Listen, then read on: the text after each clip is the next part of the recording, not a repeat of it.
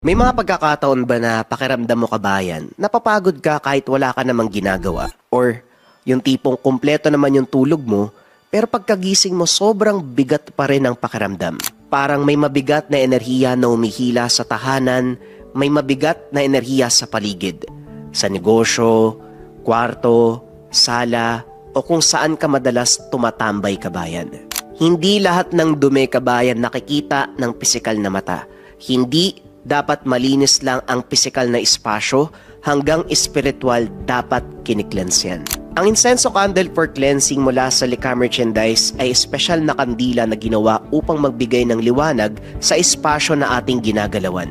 Incenso candle for cleansing, pang-cleanse ng lugar, pangtaboy ng negative energy para maganda ang pasok ng swerte at iwas sakit na bunga ng negative energy.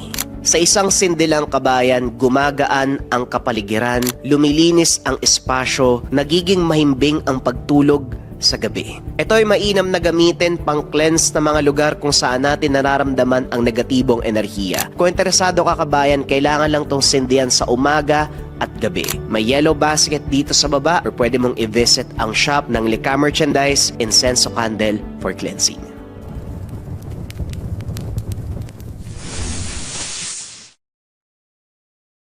Ang kwentong ito ay hango sa totoong buhay.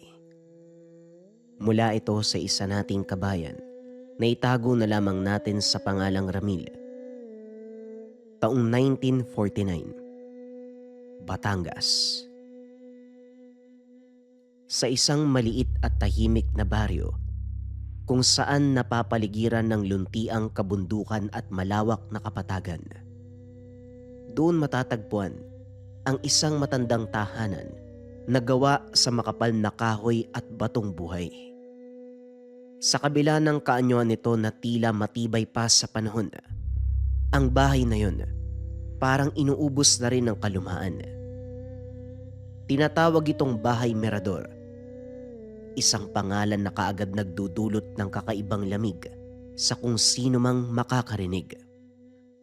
Nakatayo ito mismo sa gilid ng kakahuyan, kung saan bihira lamang ang may magtatangkang pumasok, lalo na't pagdating ng dapit hapon. Maging ang mga hayop umiiwas sa lugar. Ang hangin doon may dalang kakaibang bigat na hindi maipaliwanag. Hindi tiyak ng mga tao kung kailan o bakit biglang nagsimulang kumalat ang mga kwento patungkol sa tahanan na ito. Ngunit ayon sa mga bulong-bulungan ng matatanda, ang bahay mirador daw, pinaglumaan ng mga hindi maipaliwanag na pangyayari. May mga aninong gumagalaw kahit walang pinagmumulan. May mga bulong na naririnig kahit walang tao. Meron ding mga pumupunta sa lugar na kailanman ay hindi na nakakabalik pa. May mga nagsasabi na binabalot ito ng kadiliman, hindi ordinaryong dilim ng gabi, kundi isang dilim na hindi galing sa mundong ito. Ayon sa iba, lahat ng naninirahan doon nung unang panahon ay misteryosong naglaho. Walang iniwan kundi bakas ng pamumuhay na bigla na lamang naputol. Mga kapeng hindi naubos, sinampay na hindi na nakuha pa. Pero sa kabila ng kababalaghan, may isang pamilyang nananatili doon. Kahit ilang ulit silang balaan, ito ang pamilya Mirador. Sa hindi malamang dahilan, sila lamang ang kayang mamuhay sa loob ng bahay na ito, na tila ba may koneksyon sila na hindi maunawaan ng ibang tao. Dahil doon, ipinangalan sa kanila ang tahanan.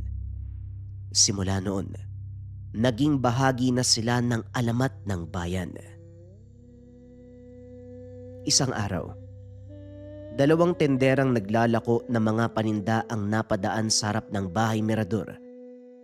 Habang marahang umiihip ang sariwang simoy ng hangin, napatigil sila.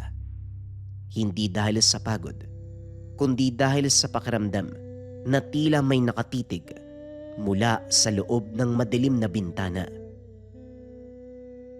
Yan ba yung palagi nilang binabahagi sa kwento? Wika ng isang tendera. Hoy, wag ka nga magturo. Hindi mo ba alam na masama yon, lalo na dito pa talaga?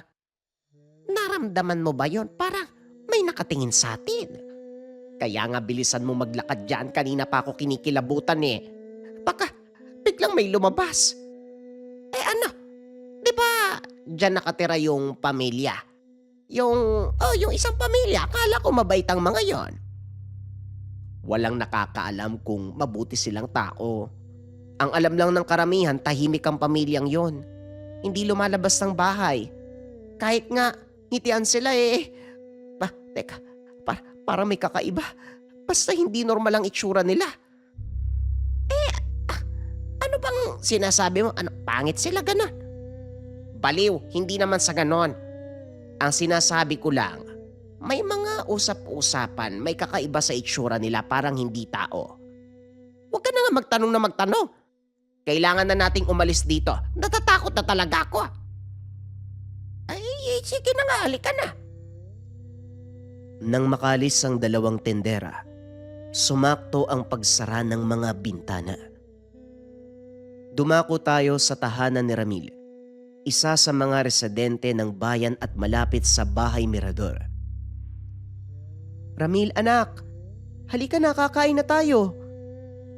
Wika ng nanay habang hinahanda ang kainan. Kaso nga lang, walang sumasagot sa kanya. Ramil, wag mo kong intay na umakyat sa kwarto mo.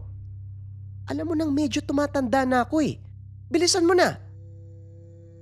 Hindi pa rin sumasagot ang bata. Ay nako, ano bang gagawin ko sa yung bata ka? Walang nagawa ang nanay. Umakyat na lamang ito kahit bagyang nahihirapan. Ramil, hanggang kailan ka ba magluluksa? Mahigit 1 buwan nang wala si Bantay oh. Kailangan mong umusad. Marami pang ibang aso dyan na pwede nating kupkupin. Hindi naman po basta aso lang si Bantay, Nay. Eh mula pagkabata ko, si Bantay na ang kasama natin hanggang sa lumaki ko eh. Hindi mapapalitan ng basta-basta yun. Tugon ni Ramil. Naiintindihan kita, anak. Kahit ako ay nahanap-hanap ko rin yung presensya ni Bantay. Pero hindi ka pwedeng tumigil ng dahil lang doon. Kailangan mong tanggapin na normal na merong nawawala sa mundo. Hindi mo naman ako naiintindihan, Nay. Hindi mo alam kung gaano kasakit yung mamatayan ng minamahal. Nakalimutan mo na ba yung tatay mo, anak? Biglang natigilan si Ramil. Alam mo naman kung gaano kahirap nang mawala ang tatay mo, di ba? Halos ilang araw akong hindi nakakausap. Napabayaan nga kita dahil doon eh. Pero bumangon uli ako. Paano na lang ikaw kung mananatili akong lugmok? Magluluksa. Kailangan ganun din ang gawin mo. Pasensya na po kayo, Nay. Alam ko mahirap nung nawala si tatay. Marami kang ginawang sakripisyo para mabuhay tayo. O siya, tahan na anak. Halika na, kumain na tayo. Lalamig ang pagkain. Tuluyang nawala ang mga luha sa pisngi ni Ramil. Nang hapon na yun, habang nangungolekta ng makinis na bato si Ramil upang isama sa mga koleksyon, napansin niya ang isang grupo ng kabataan na nagkukumpulan. Nagsisigawan at nagtatawanan, ngunit hindi tawa ng tuwa. Parang may ginagawang masama. Kagad sumingit si Ramil at nakipag-away sa mga ito. Nakatikim ng suntok ang bata bago tuluyang umalis ang grupo. Tumayo si Ramil. Pinunasan ang dugo sa ilong. Sabi ni nanay dapat tumayo kapag natutumba. Pero minsan parang dapat silang turuan talaga ng leksyon eh. Wika ni Ramil habang nagpapagpag. Mula sa kung saan nagkumpulan ang kabataan kanina, doon niya nakita ang isang kaawa-awang sugatan na aso. Itim, payat at nanginginig sa takot. Agad niyang nilapitan. Huwag kang matakot. Halika. Halika, kaibigan ako. Hindi ako katulad nila. Nung una ay umiiling ito. Pilit inaatras ang katawan. Pero kalaunan, pinatunayan ng bata na wala siyang balak sakta ng aso. Doon nagsimula ang kanilang pagkakaibigan. Inuwi niya ito sa tahanan, pinaliguan at ginamot. Pinangalanan niya itong Selo. Simula noon, unti-unting gumaan ang buhay ni Ramil. Nagkaroon na uli siya na makakasama araw-araw. Panibagong kaibigan. Araw-araw pinapakain, inilalakad sa labas. Kaso nga lang habang tumatagal, napapansin ni Ramil na sa tuwing lalapit sila sa bahay Mirador, tumitigil si Selo. Nanginginig, biglang tumatahol, parang may tinataboy o may iniiwasan. Selo, ano bang problema? Bakit ka ba ganyan tuwing dadaan tayo dito? Huwag ka nga maingay. Hindi maintindihan ni Ramil kung bakit ang mabait na aso na ito nagiging takot na takot. O hindi kaya naman matinding galit ang nararamdaman kapag naroon na. Kinabukasan, pagtilaok pa lang ng manok, nag-inat si Ramil at kinusot ang antok na mga mata. Kinapa ang katabi, pero wala ang asong kaibigan. Selo? Selo? Wika niya habang bumababa sa papag. Selo? Halika na, kakain na tayo. Tahimik ang lugar. Walang sumasagot kaya't napakunot ang noo. Nay! Nay! Nay! Ikaw talagang bata ka. Ang aga-aga sumisigaw ka. Ano ba yun? Nakita niyo po ba si Selo? Hindi ba katabi mo palagi yun matulog? Opo, pero paggising ko kanina wala siya eh. Baka naman lumabas lang. Baka nasa likod ng bahay. Lumabas si Ramil, dala ang lumang tsinelas. Nilibot ang paligid. Sa likod bahay, sa ilalim ng puno, sa paboritong sulok ni Selo. Selo! Uy! Huwag ka naman ganyan, Selo. Tinatakot mo ko eh. Doon na nagsimulang kabahan si Ramil. Nanginginig ang mga kamay. Hindi na to normal. Hindi naman siya basta aalis eh. Hindi niya ako iiwan ng walang paalam. Tumagal ang paghahanap ng maraming oras. Tumawid siya sa ilog. Nakita niyo ba si Selo? Yung itim kong aso? Ay nako iho. Wala kong napansin ganyan. Mang Pilo, may aso bang dumaan kanina dito? Yung itim na aso na... Wala akong nakitang aso iho. Pasensya na. Nagpatuloy ang paghahanap ni Ramil hanggang sa gubat. Selo! Selo, sumagot ka naman! Tanging hampas lang ng hangin at lagitik na mga dahon ang bumalik sa kanya. Sa pagdating ng dapit hapon, isang bata ang tumatakbo papalapit. Hinihingal, parang may dalang masamang balita. Ramil! Ramil, di ba hinahanap mo yung aso mo? Oo, bakit? Nakita mo ba siya? May nakita akong aso eh. Kamukhang kamukha nun sa'yo. Saan mo naman nakita? Sa... hawak siya ng mga mirador. Sigurado ko ba sa nakita mo? Tumangulang ang kausap. O sige, maraming salamat ha. Matapos ang pag-uusap ay lumakad na si Ramil. Hawak ng mga mirador. Paano naman napunta si Selo sa kanila? Anong gagawin naman ngayon sa aso ko? Wika sa sarili. Upang malaman, dali-dali siyang nagtungo sa lugar. Sa likod ng bakod ng bahay Mirador, dahan-dahang sumilip si Ramil sa pagitan ng bakal na bakod. Mahaba ang araw, may kulay kahilang paligid, pero mas malamig ang hangin kaysa dati. At doon, nakita niya si Selo. Ngunit ang kanyang ngiti, dali-daling napawi at napalitan ng galit. Si Selo ay nakakadena, nakayuko. pilit pinipigilan ang pagtahol na para bang may kung anong pananakot sa kanya. Selo? Bulong ni Ramil. Halos hindi lumalabas ang boses. Tila narinig siya ng aso. Kagad itinaas ang ulo. May luha sa gilid ng mga mata. Umuungol si Selo. Hindi siya makatahol. Parang may pumipigil sa lalamunan. Tatayo na sana si Ramil upang lapitan ang aso. Kaso nga lang, lumabas ang isa sa mirador. Si Miguel ang anak. Nakasuot ng puting kamiseta, may hawak na mahabang pamalo. Nakangiti ito, ngunit hindi ang ngiti na maamo o nagtataglay ng kabutihan, kundi isang ngiti na parang may tinatagong masamang balak. Tumahimik ka lang dyan! Huwag kang mag-iingay!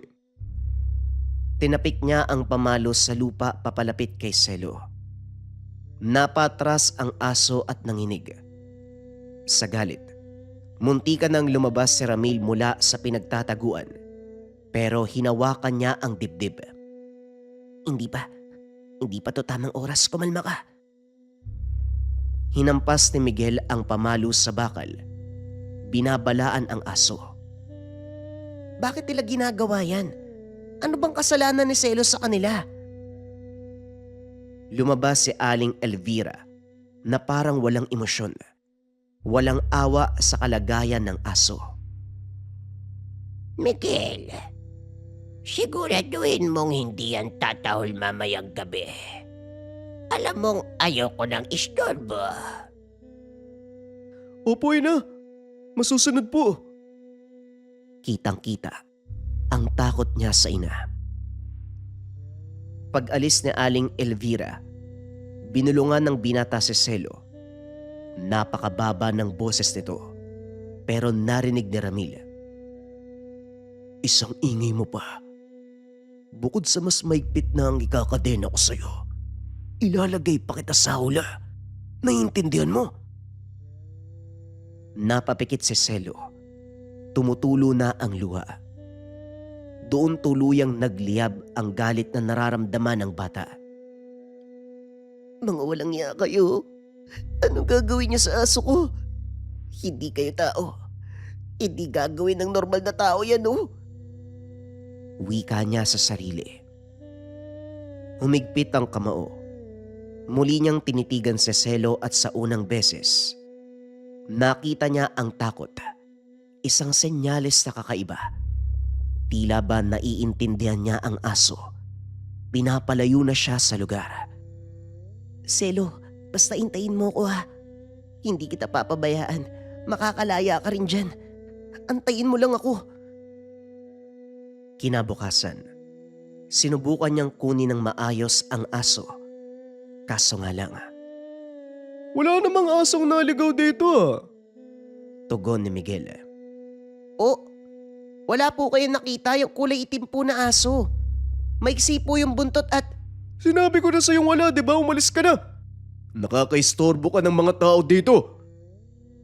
Pinagsarahan siya ng pintuan. Alam niyang nagsisinungaling ito, lalo't kitang-kita niya ang katotohanan. Ang problema, hindi niya mawari kung bakit naman kinuha ng pamilya ang alaga niya.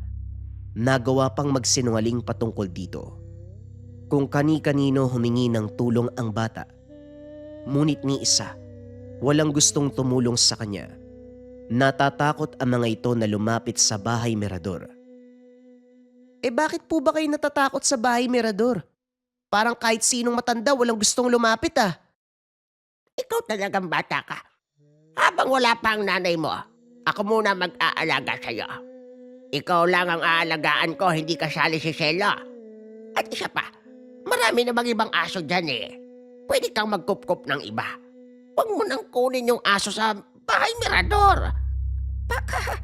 Baka wala na siya. Wika ni Aling Lara, ang nagbabantay kay Ramil sa tuwing aalis ang ina. Aling Lara, wala ka po bang kayang gawin para tulungan ako? Hindi po ba sa kwento mangkukulam kayo dati? Baka naman pwede niyong kunin si Selo gamit yung mahika niyo. At saan mo naman nakuha ang balitang yan, iho? Basta kalimutan mo na si Selo. Hindi pumayag si Ramil sa gustong gawin ng matanda. Para sa kanya, hindi lamang asong madaling palitan si Selo, isang tunay na kaibigan nito. Kaya naman gabi-gabi, hindi napapagod si Ramil. Kahit nanginginig na ang mga tuhod, kahit sumisingit ang takot sa kanyang puso, patuloy niyang minamatyagan ang paligid ng bahay Mirador. Mula sa likod ng puno ng mangga, nakadapa siya habang nakasilip sa bakod. Hanggang ngayon hindi pa rin sila nalabas. Bakit parang palagi na lang saradong lahat ng pintuan? Parang may tinatago. Makalipas ang ilang sandali, nakarinig siya ng malalim na ingay mula sa loob. May kasamang pag-ungol na parang masyadong mababa para sa boses ng tao. Napatras si Selo, pilit kinakalas ang kadena. Sinusubukan niyang makarating kay Ramil. Selo, huwag ka maingay, nakikita ko yan. Hinay-hinay lang, makakalaya ka rin. Hintayin mo ko.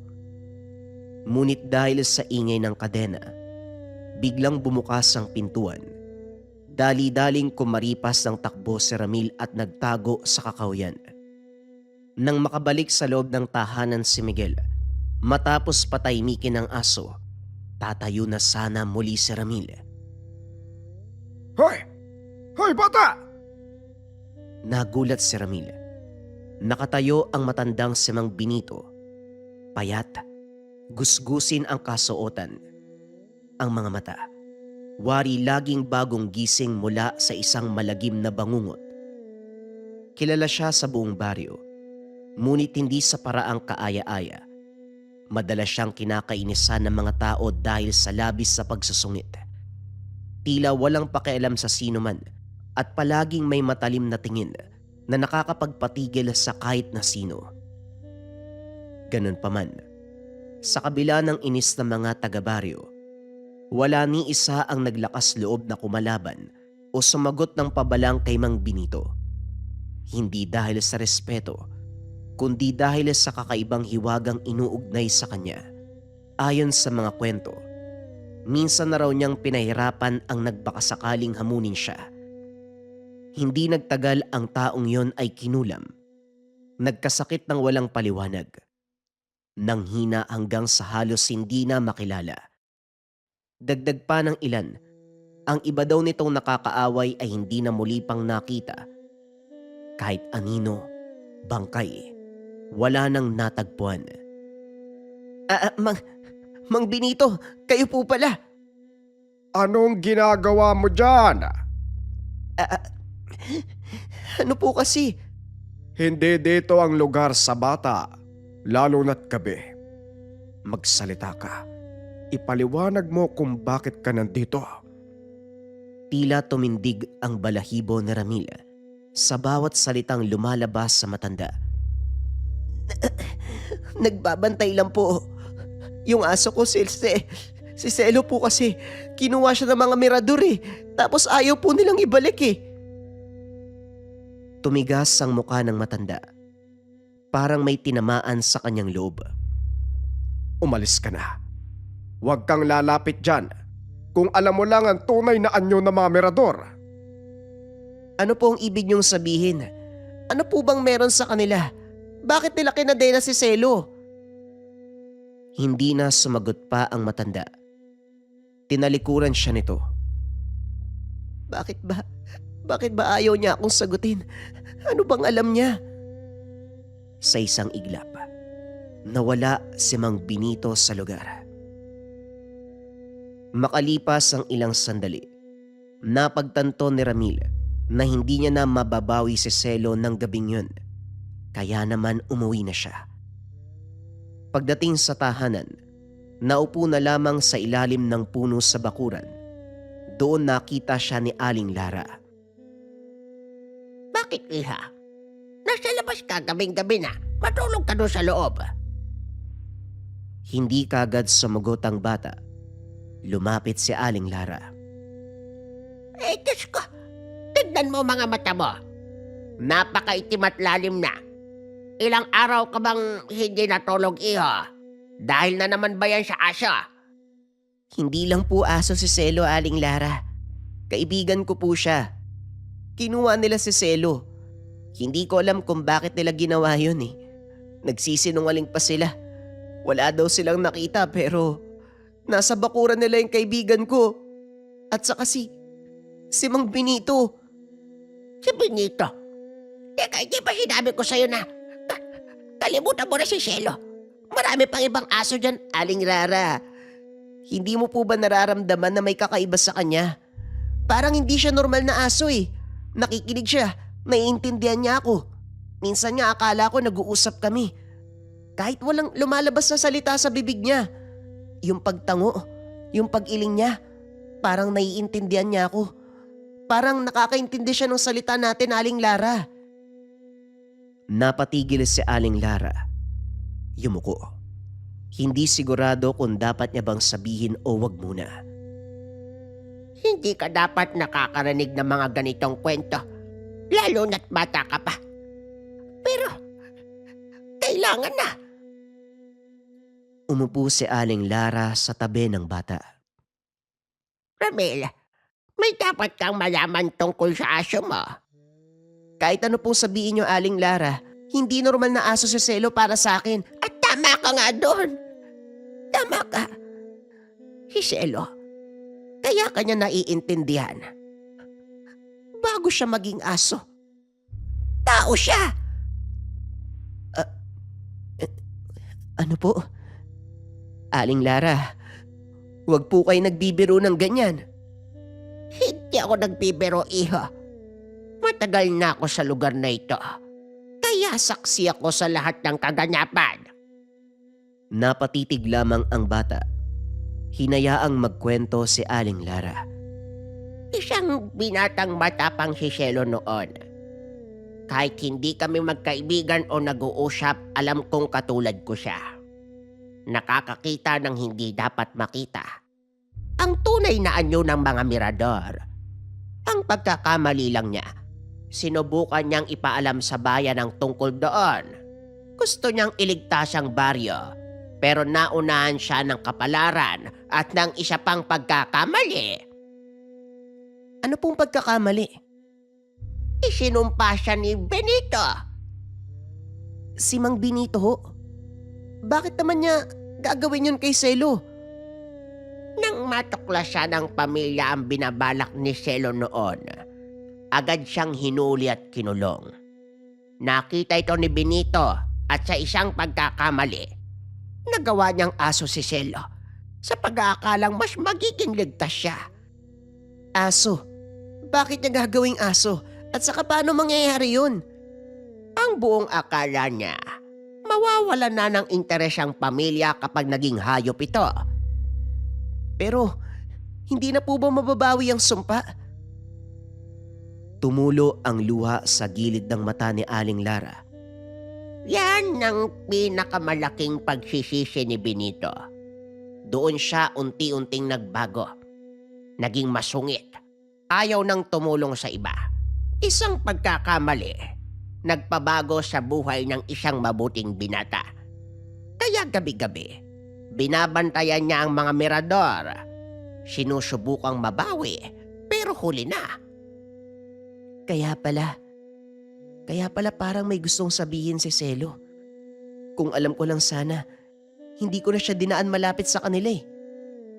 Sa tingin ko nga, matagal na nilang hinahanap si Cielo.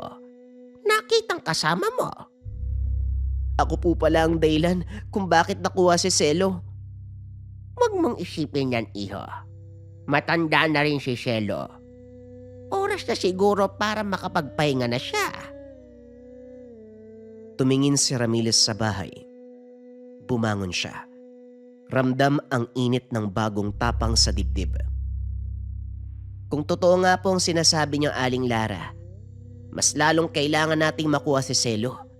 Hindi po dapat mamatay ang isang taong mabuti ang kalooban ng ganun-ganun lang. Kung hindi man natin matatanggal ang sumpa kahit papano, hayaan natin siyang mabuhay. Masalimuot na nga po yung nangyari sa kanya tapos ganyan pa sa huling sandali oh. Napangiti si Aling Lara. May bahid ng lungkot, pero may pag-asa. Nang gabing yun, nagpasya si Ramil na iligtas si Selo.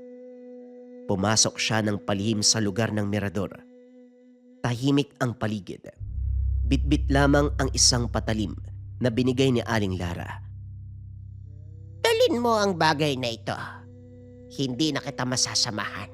May pamilyang nag-aantay sa akin. Mag-iingat ka, iho. Wika ni Aling Lara bago siya umalis. Gawa ito sa tanso. May mga nakaukit na simbolo. Mainit sa pakiramdam kapag hinahawakan ang tanso.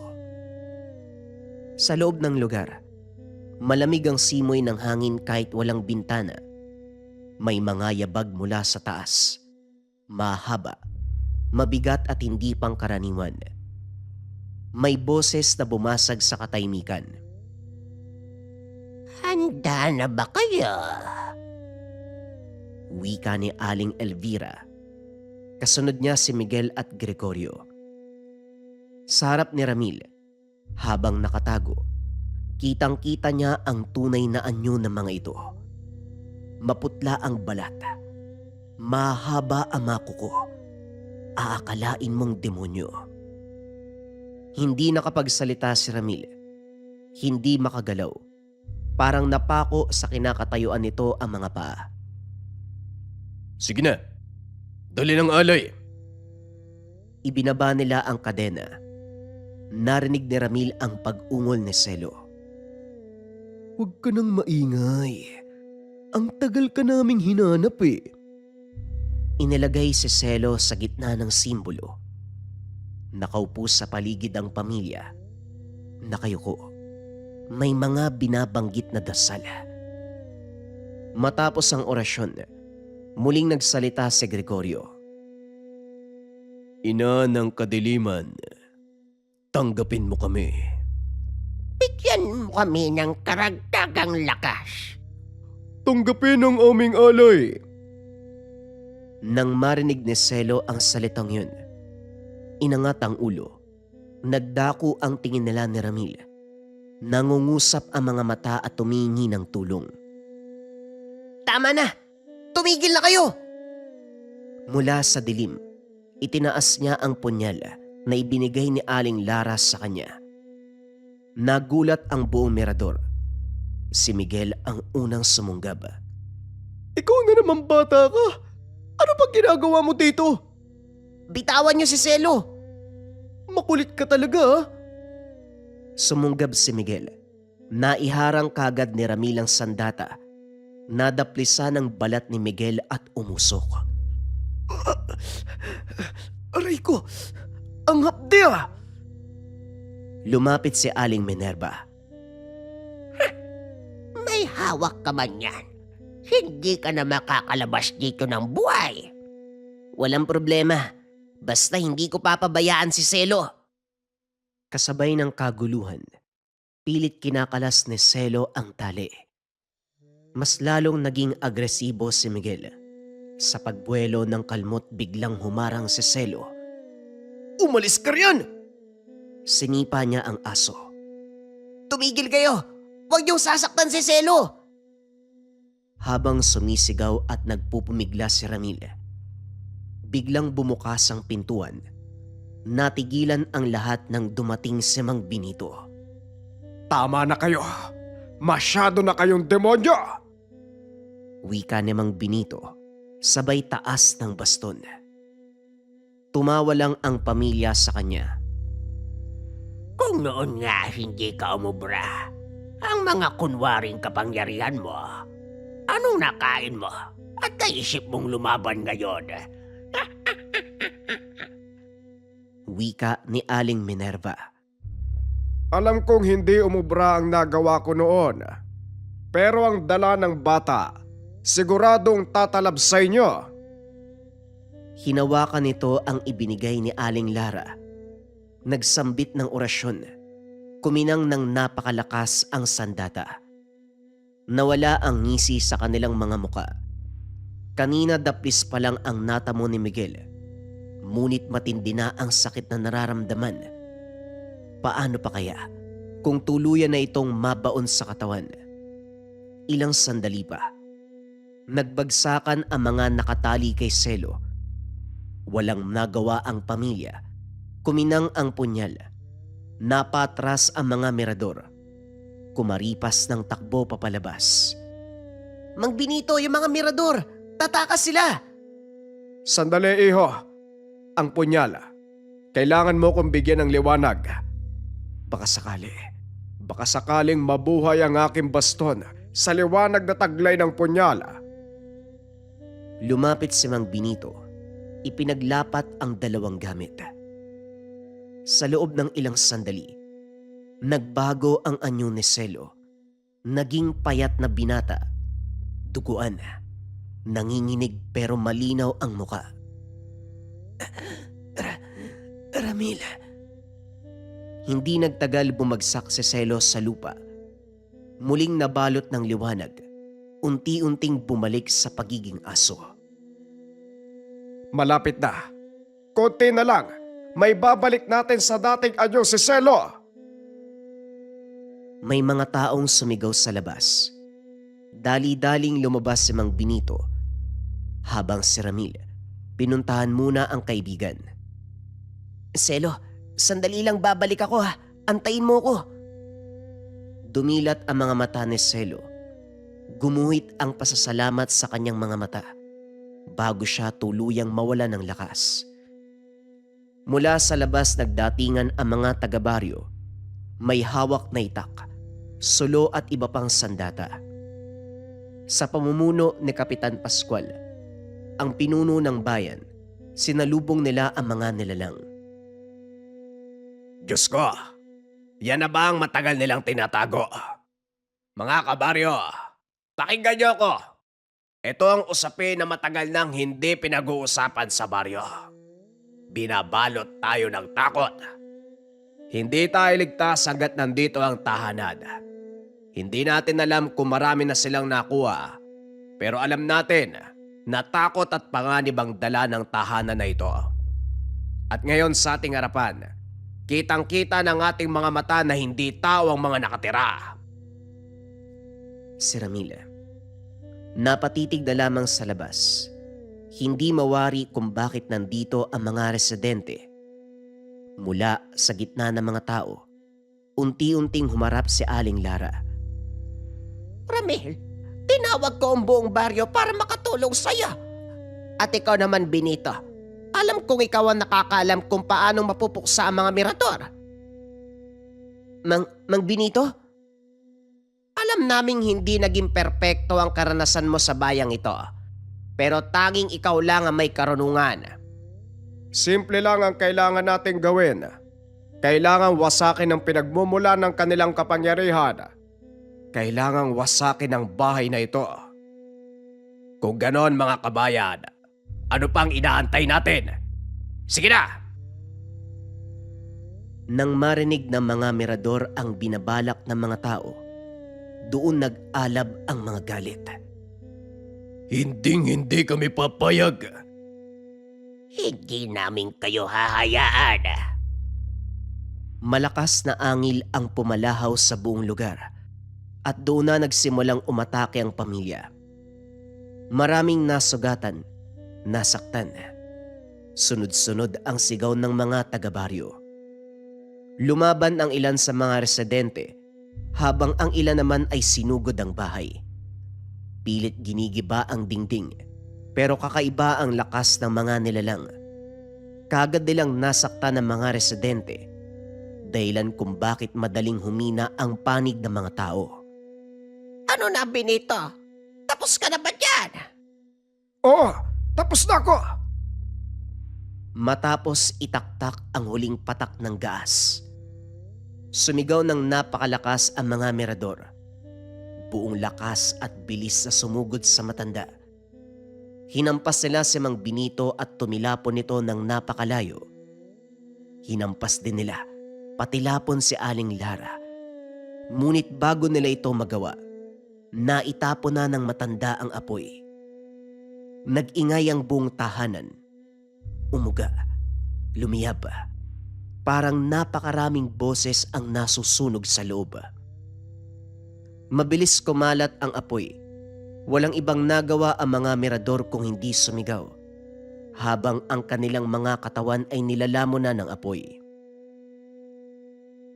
Makalipas ang ilang sandali, pinuntahan ni Ramirez sina Mang Benito at Aling Lara. Mang Benito, Aling Lara, ayos lang po ba kayo? Ayos lang ako. Eh, ikaw ba, Benito? Oo, malayo sa bitoka. Tugon ng matanda sabay hawak sa sikmura. Teka, si Selo! Kagad binalikan ni Ramirez si Selo. Kaso nga lang, nakita niya na aso pa rin ito. Ang balat, balahibo, katawan. Bahagya lamang gumana ang ginawa ni Mang Benito. Lumapit ang matanda. Mabigat ang bawat takbang na parang dala ang pagod ng maraming taon. Patawarin mo ako, Selo. Hindi ko pa rin tuluyang mabawi ang sumpa. Pero ngayon malaya ka na. Malaya na ang baryo mula sa mga mirador. Mahina, pero may galak ang tahol ni Selo. Idinikit ang malamig na ilong kay Ramil. Maraming salamat. Maraming salamat, kaibigan. Bagamat hindi naibalik ang tunay na anyo ni Selo, ang mahalaga, hindi na siya alipin ng sumpa. Hindi na siya pagmamay-ari ng mirador. Bagamat aso, nakatagpo siya ng isang tunay na pamilya. Mga taong mamahalin siya ng walang pag-aalinlangan. Pero hindi pa rin ako susuko, Selo. Hindi ako titigil sa pagsubok hanggang sa maibalik ang tunay mong anyo. Inabot ni Ramil ang punyal. Aling Lara, ito na po ang gamit nyo. Pasensya na, hindi ko po masyadong nagamit eh. Hindi po ako sanay makipaglaban. Huwag kang mag-alala, iha. Kailanman hindi ang pisikal na lakas ang kailangan sa'yo. Ikaw ang nagsimula. Ikaw ang nagsindi ng apoy at nagpaalab sa puso ng mga taga-sityo. Pero balang araw sigurado ko, magagamit mo yan. Sa'yo na yan, iho. Sumabat si Mang Benito. Nakangiti, pero may bahid ng pagod. Tama ka, Lara. Lalo na kung matututo yan ng lihim na karunungan. Sigurado hindi lamang ang katulad ni Selo ang iyong maililigtas. Marami pang iba. Napatingin si Ramirez sa nasusunog na bahay. Ang apoy ay kumikislap na parang sumasayaw habang unti-unting bumabagsak ang mga lumang kahoy. Habang nilalamon ng apoy ang huling bakas ng mahika, unti-unting naglaho ang panganib na matagal nang bumabalot sa bayan. Napangiti si Ramil at sa unang pagkakataon ang bahay na simbolo ng takot, ngayon ay abo na lamang. Lumipas sa mga taon, unti-unting umunlad ang baryo. Naging payapa ang pamumuhay ng mga tao. Nawala ang dating takot at ang kwento tungkol sa bahay mirador naging isa na lamang alamat na binubulong kapag gabi. Sa pagdaan ng panahon, natayuan ang dating lupain ng mga mirador. Isang simbahan. Araw-araw dinarayo ng mga nananampalataya. Mula nang maitayo ito, tuluyang naglaho ang anino ng sumpang matagal nang bumabalot sa lugar. Lumaki si Ramil bilang matapang at ginagalang na binata. Kinilala siya ng bayan bilang tagapagligtas.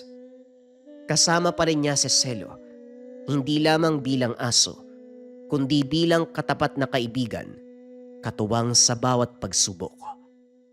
Isang kaibigan na minsang isinakripisyo ang sariling katauhan para maibunyag ang katotohanan. At doon nabigyan ng panibagong pag-asa ang buong sityo. Naway nagustuhan ninyo ang kwento ni Ramil at ang kwento ni Celso, ang isang aso na bihag ng mga aswang.